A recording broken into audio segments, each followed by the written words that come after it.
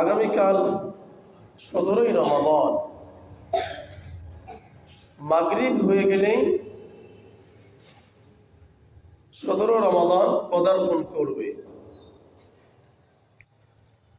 আমাদের ইসলামের ইতিহাসে 17ই রমাদান আমাদের ঐতিহাসিক একটি বিজয়ের দিন। ইসলামের যে প্রথম যুদ্ধ হয়েছিল সেই যুদ্ধের নাম কি বলতে পারবেন?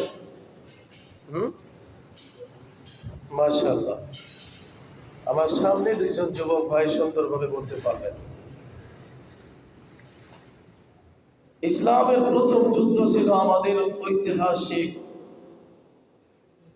মদিনার দক্ষিণ ও পশ্চিমের প্রান্তে প্রায় 70 থেকে 80 কিলোমিটার দূরে একটি ময়দান, একটি মাঠ। সেই জায়গার নাম হলো বদর। সেই নামটা কি? বদরে প্রথম যুদ্ধ হয়েছিল 2য় হিজরি সনে। এই যুদ্ধের মহানায়ক, প্রধান সেনাপতি, বিশ্ব মানবতার মুক্তির দূত, বিশ্ব নবী মুহাম্মদ রাসূলুল্লাহ সাল্লাল্লাহু আলাইহি ওয়াসাল্লাম নেতৃত্ব দিয়েছিলেন। এই যুদ্ধের আরেক নাম ইয়াউমুল ফুরকান। বলেন তো কি নাম? ইয়াউমুল ফুরকান, সত্য মিথ্যার পার্থক্যকারীর একটা চূড়ান্ত দিন। তার নাম হলো বদরের ময়দান। সেই দিন যদি মুসলিমরা জয়লাভ না করত, তাহলে ইসলাম নামক আল্লাহ তাআলার পক্ষ থেকে এই নিয়ামত আমরা পাইতাম না।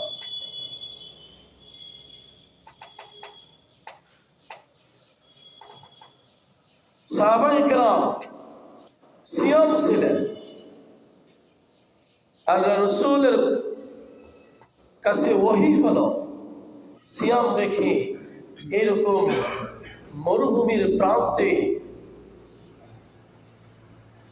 এত প্রখর তাপমাত্রা, এই তাপমাত্রা নিয়ে কাফেরদের বিরুদ্ধে কাফেরের সংখ্যা 1000 আর মুসলিমের সংখ্যা ছিল মাত্র কতজন? আপনাকে জানতে হবে। আপনি যে বীরের জাতি, আপনি কেমনে ইসলাম পাইলেন? আপনাকে এত অল্প হইলে চলবে না। মাত্র মুসলিমের সংখ্যা ছিল 313 জন, কাফেরের সংখ্যা 1000। এবং তাদের যে যুদ্ধের অস্ত্র সরঞ্জাম ছিল বেশি, সৈন্য সংখ্যা ছিল বেশি। এই জন্য আল্লাহ তাআলার পক্ষ থেকে নবীর উপর ওহী হয়ে গেল যে সিয়াম ভঙ্গ করো, কারণ আজকে এই যুদ্ধে মুসলিমদেরকে জয়লাভ করতে হবে। সুবহানাল্লাহ বলেন। সিয়াম রাখা ফরজ না? ফরজ না? আমরা যে সিয়াম আছে রমাদান মাসে, ফরজ না সুন্নাত? ফরজ সিয়াম। এই ফরজ সিয়াম যুদ্ধের জন্য আল্লাহ তাআলার পক্ষ থেকে কাজা করতে নির্দেশ দেওয়া হয়ে গেল। সুবহানাল্লাহ। বদরের ময়দানে চলে গেলেন 313 জন মাত্র সৈন্য সংখ্যা। কিন্তু এই যুদ্ধে স্বয়ং আল্লাহ সুবহানাহু ওয়া তাআলা ফেরেশতা নাজিল করে মুসলিমদের বিজয় দান করেছেন। সুবহানাল্লাহ। প্রমাণ 8 নম্বর সূরা, সূরাতুল আনফাল 12 নম্বর আয়াত। এই আয়াতে আল্লাহ বলেন, إذ يوحي ربك إلى الملائكة أني معكم فثبتوا الذين آمنوا سألقي في قلوب الذين كفروا الرعب فاضربوا فوق الأعناق واضربوا منهم كل بنان। স্মরণ করো তোমার প্রতিপালক যখন ফেরেশতাদেরকে পাঠাইলেন, প্রেরণ করলেন, ফেরেশতাদেরকে নির্দেশ দিলেন, যাও বদরের ময়দানে যে হাজির হও, মুমিনদেরকে উদ্বুদ্ধ করো, ফাসাব্বিতুল্লাযীনা আমানু, মুমিনদেরকে বলো তোমরা অবিচল থাকো, তোমরা ভীত হও না, তোমরা ভয় পেও না। ইন্নী মাআকুম, আমরা তোমাদের সাথে আছি বলি সুবহানাল্লাহ। সাউলকি ফি কুলুবিল্লাযীনা কাফারুর রুবা, যারা কুফরি করেছে, যারা ইসলামের বিপক্ষে আজকে অবস্থান নিয়েছে, এই কুফরদের অন্তরের মধ্যে, কলবের মধ্যে ভীত সঞ্চার করো, আতঙ্ক তৈরি করো। যুদ্ধের ময়দানে একজন সৈনিকের যে ভূমিকা, অত্যন্ত প্রহরীর মতন এরকম অগ্রণী ভূমিকা রাখে। ফেরেশতারা নাজিল হইলেন সাহাবায়ে কেরামদের মধ্যে, সুবহানাল্লাহ। এবং ফেরেশতারা বললেন ফাদরিবু ফাওকাল আ'না, তাদের আঘাত করো। আনা মানে কাঁধে, গর্দানে আঘাত করো ছুরি দিয়ে, অস্ত্র দিয়ে। অদরিবু মিনহুম কুল্লা বানান, এবং তাদের যে হাত দিয়ে ইসলামের বিপক্ষে অবস্থান নিয়েছে, এই হাতের যে অগ্রগুলো, জয়েন্টগুলো, এই জয়েন্টের মধ্যে তোমরা আঘাত করো, এগুলো কেটে চুরমাচার করে দাও। সুবহানাল্লাহ বলেন। আল্লাহর পক্ষ থেকে ফেরেশতাদেরকে বলা হলো, ফেরেশতারা মুমিনদেরকে এইভাবে উদ্বুদ্ধ করলো। সুবহানাল্লাহ বলেন।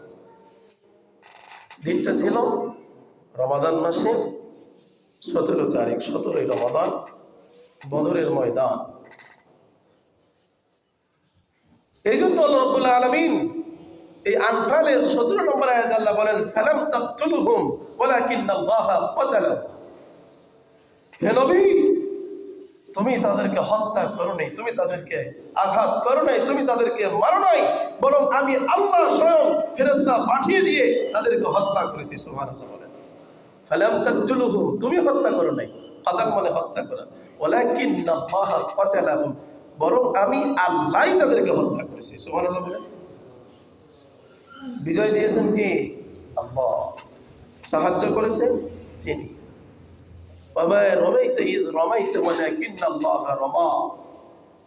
রাসূলের হাতে বালু ছিল, বালু নিক্ষেপ করতে বলা হয়েছিল কাফেরদের মাঝে। আসলে যুদ্ধের ময়দানে কাফেরদেরকে ঘায়েল করার আর একটা কৌশল হলো, আপনি যদি ধুলাবালি চোখের মধ্যে নিক্ষেপ করেন তাহলে তো সে দেখতে পাবে না। ধুলাবালি নিক্ষেপ করতে বলা হয়েছিল নবীকে। আল্লাহ তাআলা তখন নবীকে বলেছেন ওমা রমাইতা ইদ রমাইতা, হে নবী যখন তুমি নিক্ষেপ করেছিলা তুমি নিক্ষেপ করো নাই, ওয়ালাকিন্নাল্লাহ রমা, বরং আমি আল্লাহই নিক্ষেপ করেছিলাম। সুবহানাল্লাহ। কে নিক্ষেপ করেছিলেন? আল্লাহ। আল্লাহু আকবার। ওয়ালিয়ুবলিয়াল মুমিনিনা মিনহু বালাআন হাসানা, ওয়ালিয়ুবলিয়াল মুমিনিন মিনহু বালা, বালা মানে মুসিবত, মানে পরীক্ষা। মুসিবত মানে কি? আমি হাসানা মানে অধিক, আমি মুমিনদের অধিক হারে এই একটা যুদ্ধের মাধ্যমে মুমিনদেরকে আমি পরীক্ষা করেছিলাম। সুবহানাল্লাহ। মুমিনরা পরীক্ষায় পাস করেছে, মুমিনদেরকে আল্লাহ তাআলা বিজয়, সফলতা দান করেছে। সুবহানাল্লাহ।